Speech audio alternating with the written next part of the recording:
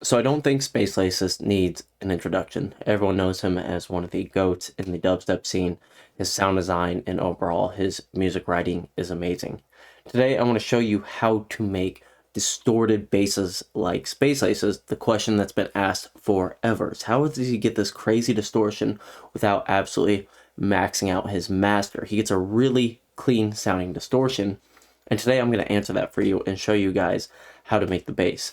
So before going too far in the video, I'm just going to show you a quick little fake out and then a quick little drop, which is the main bass sound, which we'll be going over. As we do that, if you do like the video, then feel free to subscribe. If you're new here, I put out new tutorials weekly pretty much.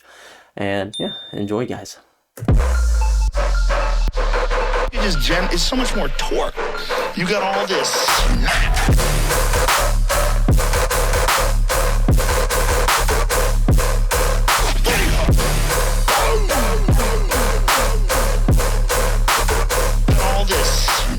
Bass itself sounds like this,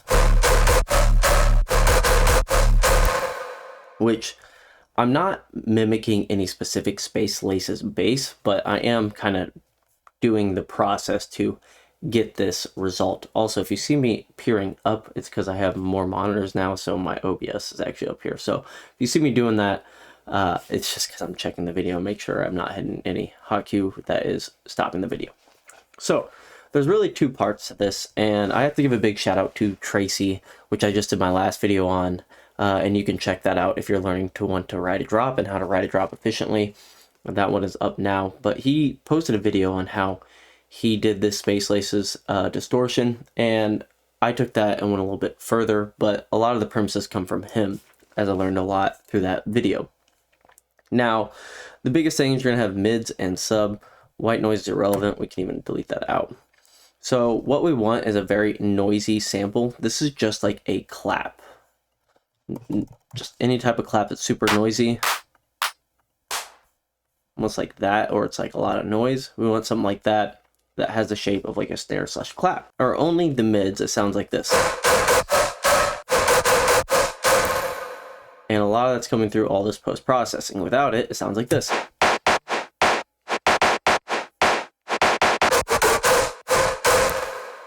That's the power of post-processing. So let's go into this. The first big step after you have your sample and sampler is to have a convolver. Now you can use this with hybrid reverb. You can use this with kilohertz convolver, which I'm doing. Don't worry about all these different ones. I'm just trying different samples. But all I really have right here is just a snare loaded in, and it sounds really good. Without the convolver, giving it all of its pretty tonal shape as a impulse response. So it's very important, and there's really no good formula. Even if I move this over, it changes the whole sound.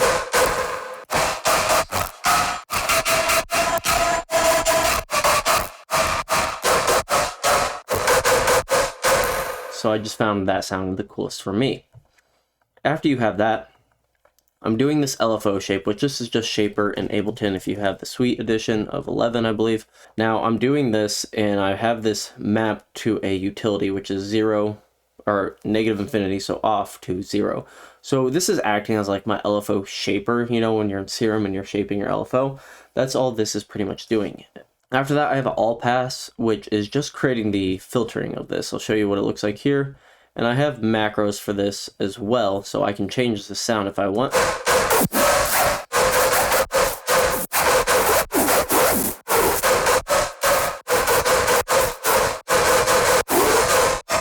I have a no sub shifter rack. You don't have to worry about that. That's just allowing me to pitch this to get different variations.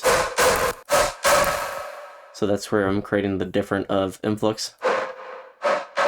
OTT is just a stock OTT, about 50%. What's that, 45 times about 234, and just OTTing it with just helping with the high end come through. EQ next, getting rid of any of the lows. Then have fresh air, which isn't really needed, it just adds a little bit of high and mid end. You can see that's obviously going through the distortion quite well. 4-band OTT, which is just each band is isolated, and I'm just adding a very little amount.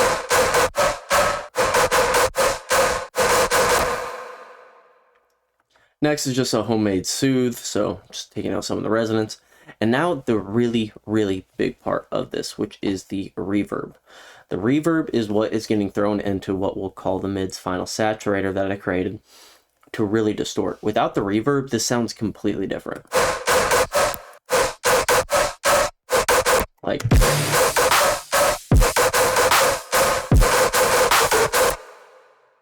so what this is doing is the reverb is getting distorted into it, which I'm modulating with this. And where it depends on where you have the reverb is how it distorts it.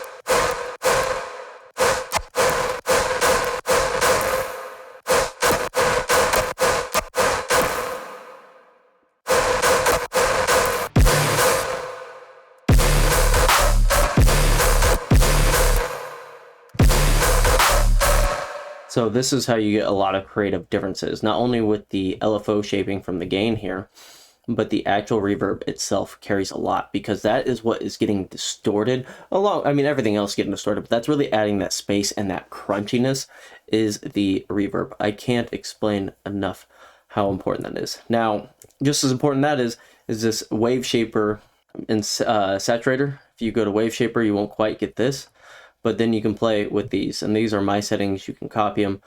I just literally was just playing with it till I got a different sound.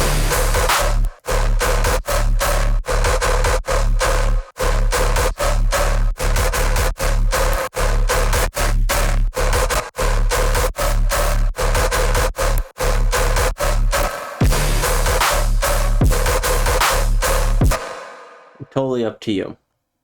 And also distorting it. Without this, it sounds completely different.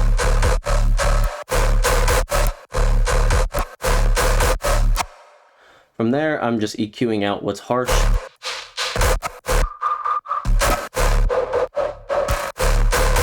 And this is out of the mids group at this point. So the sub is just a sub by itself, and then I'm adding hiss. So low pass sub, taking out a little bit of the low mids, turn off hiss, sounds like this. With hiss, I want a lot of high end in the sub as well, because whenever we saturating it, it creates a really cool distortion. Without it, and the hiss, if we play everything together,